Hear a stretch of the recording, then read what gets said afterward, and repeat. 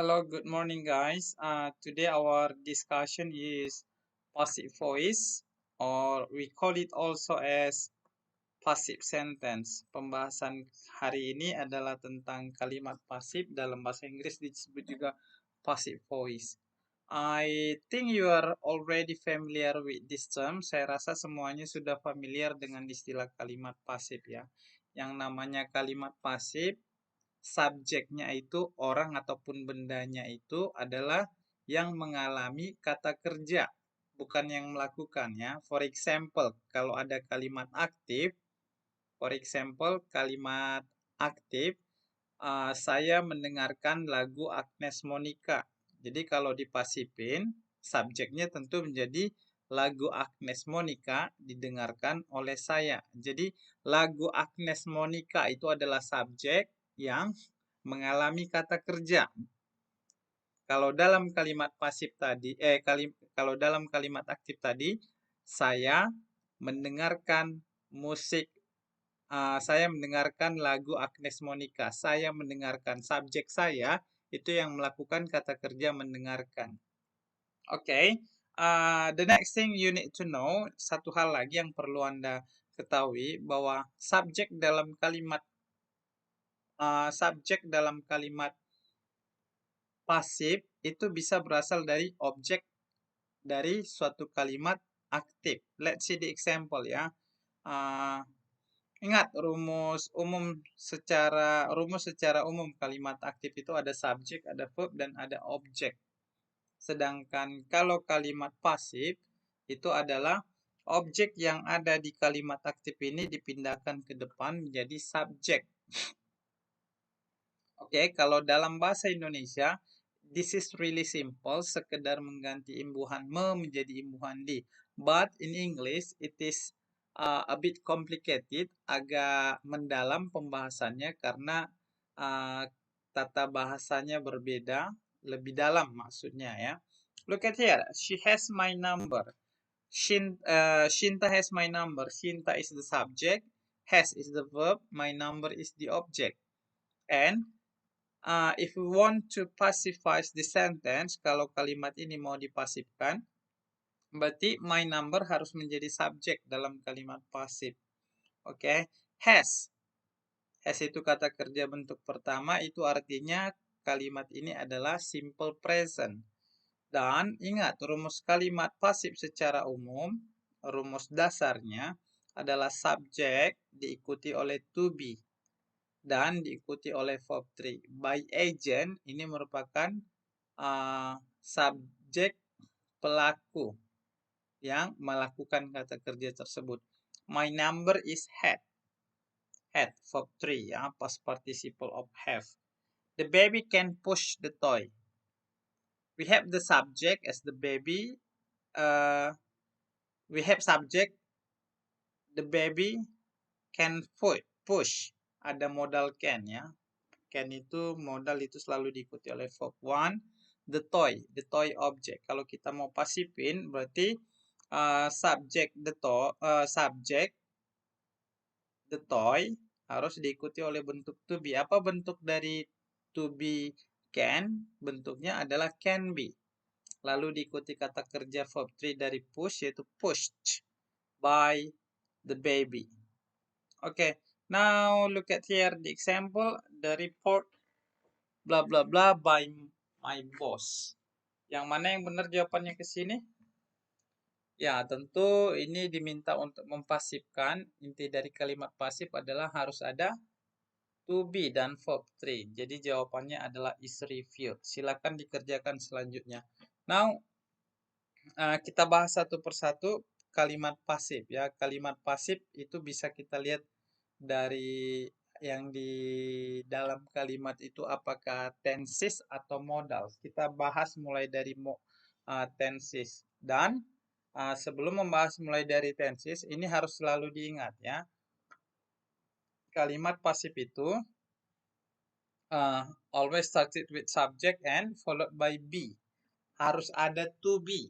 To be itu apa? To be itu sangat banyak. Ada is, am, are. Kalau simple present, was, were. Kalau simple past. Kalau yang lainnya will jadi will be, have menjadi have been. Oke, untuk lebih dalamnya kita lihat di sini. Tenses itu kita bagi 3 ya, berdasarkan waktu. Ada present, ada future, ada past. Jadi kalau present simple itu rumusnya subject plus verb 1 plus object. Oke. I pay the books. Oke. Nah, objek dari sini adalah the books. Ini menjadi subject. Nah, oke, kita lihat the books. The books itu artinya plural. Kalau untuk plural dalam simple present, subjeknya adalah are. Dan diikuti verb 3 dari pay. Jadi paid. Lalu diikuti oleh by me. Oke, I am paying the books. The books are being paid. Jadi kalau ada to be diikuti verb ing. Oke, to be diikuti verb ing berarti ini menjadi be being plus verb 3. Oh, sorry. Nanti saya tambahin verb 3-nya ya. Silakan ditambahin. Dan ini adalah yang lengkapnya. Bagaimana kalau simple past? Kita lihat. Simple past itu ciri khasnya adalah menggunakan verb to. I paid the books. Dan tetap ya, kalau mau dipasifkan, subjeknya tadi the books, lalu diikuti oleh to be. To be dalam simple past berbeda dengan simple present. To be-nya hanya ada 2, was and were. Yang kita gunakan di sini adalah were karena plural ya. So the books were paid by me. Okay, you can do this for your exercise. Silakan dilihat kedua latihan tersebut. Now let's look at this one, passive voice of sentences with modals. Jadi kita bahas yang dengan modal ya. Dan ingat modal dalam bahasa Inggris itu ada kira-kira 10 ya. Oke, may, might, can, could, shall, should, must, will, would, have to, has to, ought to, had to. Oke, these are the function. Oke, langsung saja. Ini sangat gampang kalau untuk modal. Intinya kalau kalimat aktif dengan modal itu subjeknya selalu diikuti modal dulu dan modalnya diikuti dengan base form, kata kerja bentuk dasar dalam bahasa Inggris. Dan kalau pasif, oke, berangkat tadi dari rumus dasar to be plus verb 3. Jadi setelah subjek harus ada modal yang diikuti be. Jadi misalnya can menjadi can be, must be, dan lain sebagainya. I could climb the tree. Ini subjeknya adalah the tree. Could menjadi could be. Climb diikuti menjadi verb 3 ya. The tree could climb by me. The information shall blow your mind. Your mind shall be blown by the information. Now look at here the complete example. Ini ada contoh lengkap. Panji will print the files. The files will be printed. Would be printed, shall be printed, should be printed, can be printed, dan seterusnya sampai ke bawah ya. Oke, satu lagi yang perlu Anda ketahui, kalau kita tadi lihat ke kalimat sebelumnya, di sini ada banyak tanda kurung dalam banyak dalam kurung dalam setiap kalimat pasif. Itu maksudnya apa? Jadi sengaja ditulis dalam kurung artinya you can write it down or you can leave it out. Jadi yang namanya kalimat pasif tadi yang akan ditekankan adalah subjek yang menderita kata kerja. Nah, subjek yang melakukan kata kerja itu tidak terlalu penting dalam kalimat pasif. Makanya ditulis dalam kurung. Artinya bisa dituliskan, bisa diikutsertakan, bisa juga dihilangkan. Tidak terlalu penting. Tetapi kalau memang itu penting, itu harus dituliskan. Oke, let's see the example here. The rice were planted. Ini bisa kita sambungkan by farmers, oleh petani. But why don't we write it down? Kenapa kita tidak tuliskan? Karena kita sudah tahu yang namanya tanaman pasti ditanam oleh petani. Look at the example. The students are being taught mathematics.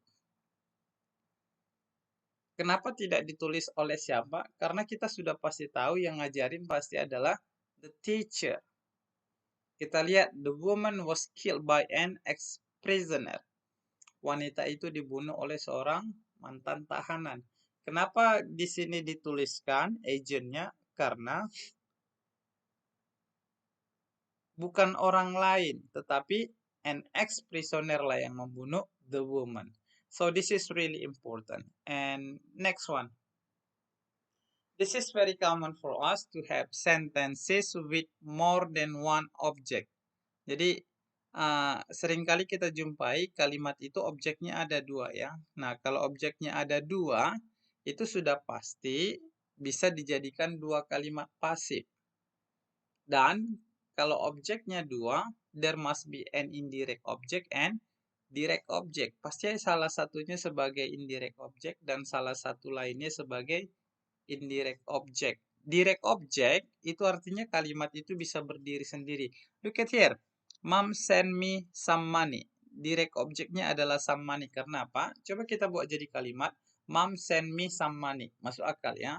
Nah, kalau indirect object itu kalau dituliskan objeknya segitu doang dalam kalimat tersebut akan janggal. Mom send me. Mama mengirimkanku. Janggal ya, karena kita tidak tahu apa maksudnya, apa yang dikirimkan. There's nothing, there's no clues about that. So, jadi ada dua possibilities, ada dua kalimat pasif yang bisa dibentuk di sini. Look at here. Misalnya kita jadikan me sebagai subjek. Berarti kalau dia subjek adalah berubah menjadi I. I was sent some money.